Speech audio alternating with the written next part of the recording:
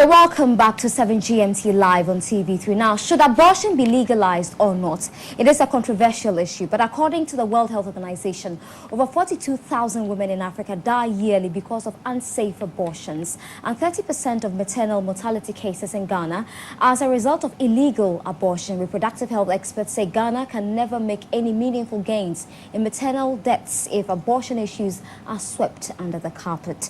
Jojo Kobna and Magdalena Rogers have more. Exodus 20:13, you shall not murder. Proverbs 6:16 to 19, there are 6 things the Lord hates, hands that shed innocent blood. With these religious scriptures, discussing abortion in Ghana is never encouraged. But sadly, over 40,000 women die yearly in Africa as a result of abortion. In Ghana, up to 30% of maternal mortality is caused by this practice. Ghana's criminal code only makes room for rape, incest, and a woman's health condition as the sole reasons for abortion. Any other reasons aside these are illegal. But many women are doing it. Many are dying every day using crude methods to terminate unwanted pregnancies. A former Minister of Health, who is now an ambassador on women's health, Dr. Eunice Pukman-Emisa, talks about how women do anything to abort a fetus. Noxious concoctions, poisons, people have used bleach, drunk bleach, they've ground broken bottles to drink these. They've inserted, pins and needles and knitting pins and pieces of wood into their uteruses in an attempt to bring out an unwanted pregnancy. So at a conference on health, tackling abortion held in Accra with the theme Keeping the Promise, various African representatives expressed their views so their governments decriminalize abortions as many women are dying.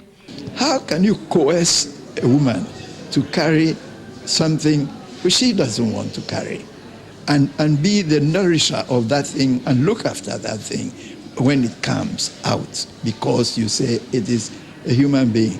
No, religion has devoted a lot more time to sex as sin. Professor Fred Sai, a reproductive health expert, wants the law on abortion scrapped to say what he describes as needless deaths. This is a health matter. Let the women see their doctors and healthcare providers. If they feel that their religion is important enough and will interfere, let them talk to their religious counselors too. But let it be purely a personal thing between the woman and her healthcare physicians and her moral counselors. Dr. Eunice Pukman-Emisa more than agrees. We have the laws and the treaties and the obligations and the recommendations and the declarations all over the years to make women have access to safe abortions. Let us just implement these declarations and promises that we have made to women. Well, in the studio is Nana Oyelita. She's a human rights activist, and we'll find out her stance on abortion. But before that, let's go to the lines and talk to Dr. Patrick Abuaje. He's the Deputy Director of Reproductive and Child Health Service. Good morning, Dr. Abuaje. Good morning. Now, so considering all these statistics about women dying yearly from unsafe abortions, do you hold the view that the law on abortion should still be maintained or scraped off? Well, like there was previous people said, it's a public health issue, and so, but currently, as you say, the law allows for the woman's health, for mental reasons, for the abnormal baby, incest, rape, and defilement. And currently, within the law, with the services that we want to provide, I think even if it is maintained and we are able to scale up, we'll be able to reach more women with services and also prevent unsafe abortion through the use of family planning. So the straight answer is we can work with the law now, but we do not want it scrapped or probably maybe tinkered with. That would be my opinion. All right, Dr. Abuaje, I'm sure you have some statistics as well. What we had was from the WHO, and it gave us a continental view. But in Ghana, how many women die yearly from unsafe abortions? That will be, if you look at the fact that 14% of 4 women who died between the ages of 15 and 49 died because they were pregnant. And out of that, 15% as a result of abortion. And looking at the fact that we lose almost 1,000, that is the one that we record. We record about 1,000 deaths a year. That means that we are looking at about 150 odd deaths a year. But that is the downside of what we actually get. We are estimated to be getting about 2,000 first-time maternal deaths every year based on from the community, etc. And so looking at that, that's quite a significant number of women needed that can be avoided. Okay, how do you link this to Goal 5 of the MDGs that talks about maternal mortality? Is that another reason why we are unable to achieve that target? Yes, it's a very significant part of the Goal 5 that we are. So it accounts for a significant proportion of the deaths. Family sustain coverage is one of the key indicators for achieving MDG 5, and since the coverage is low, it's still a significant part of the problem why we are having serious issues with unsafe abortion, with achieving MDG 5. Okay, Dr. Waji, before I let you go, yesterday I was listening to a Ghanaian's experience, a lady actually, her experience on BBC, and she said she was pregnant. She went to the hospital to have the the pregnancy terminated, and she was asked to pay 50 Ghana cedis, and because she couldn't afford the 50 Ghana cedis, she paid 40, and the doctor aborted the baby anyway, but she had complications. She got back to the hospital, and the doctor said, well, she refused to pay the 50 Ghana cedis, so that was the result. How is the Ghana Health Service, and for that matter the Ministry of Health, holding up quack doctors or doctors practicing these unsafe abortions? Well, we are improving the quality and our monitoring services with reports from the region, and also we appreciate getting information from the public and journalists to see exactly what these things are, what's going on. I cannot hold brief of any hospital. It may be private, public. It may even not be a registered hospital.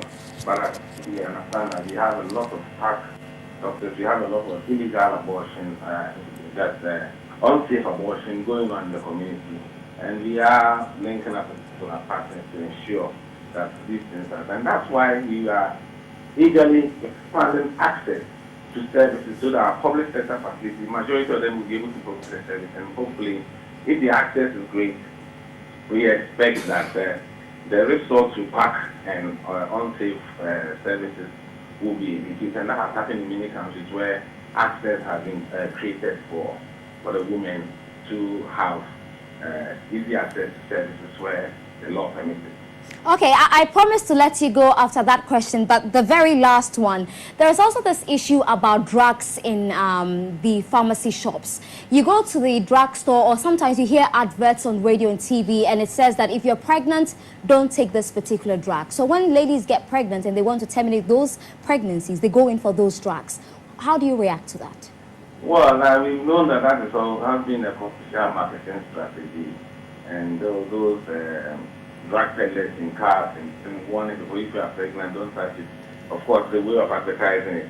But like I said, increasing access will reduce orders. We also have the issue of some drugs being sold in the chemical stores to induce abortion, and then they later come to the facility. These are all areas that we are looking at. It's very difficult to ban them, but we are looking at the degree of providing them with information and making sure that they refer them appropriately and do the right thing, and not just resort to any dosage of very dangerous medication, which is rather compounding the problems we have with unsafe abortion. Thank you very much, Dr. Patrick Abuaji is the Deputy Director in charge of Reproductive and Child Health Service. Now let's come back to you, Nana Oyelita. What's your stance on abortion? It's like an American politician. You're either for or against abortion. Well, I'm pro-choice and pro-life. So for me, it is not a question of morality, but it's a question of saving the lives of women. That is the situation we have in Ghana. We've heard Professor Sai, we've heard Ambassador Brooke Manemisa and Dr. Patrick Abuaji, and they have given you the figures of the numbers of women who die needlessly because they get pregnant, they have unwanted pregnancies, and they try to terminate these pregnancies through abortion, and then they die.